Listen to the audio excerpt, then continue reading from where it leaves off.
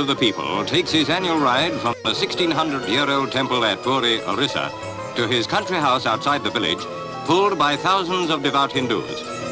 Behind the giant car, which is his throne, other cars carry Jagannath's brother and sister, his companions on the journey.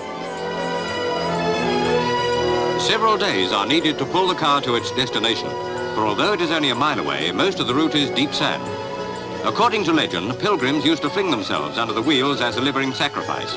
But Hindus point out that this would be sacrilege, for the festival is sacred to Vishnu, the preserver. Enough for them the blessing which comes from taking part in this strenuous tribute to the God of the people. The earth. Once a year when they celebrate his festival and draw his shrine through the streets, it's the beat of Indian drums and the monotonous chant of Indian voices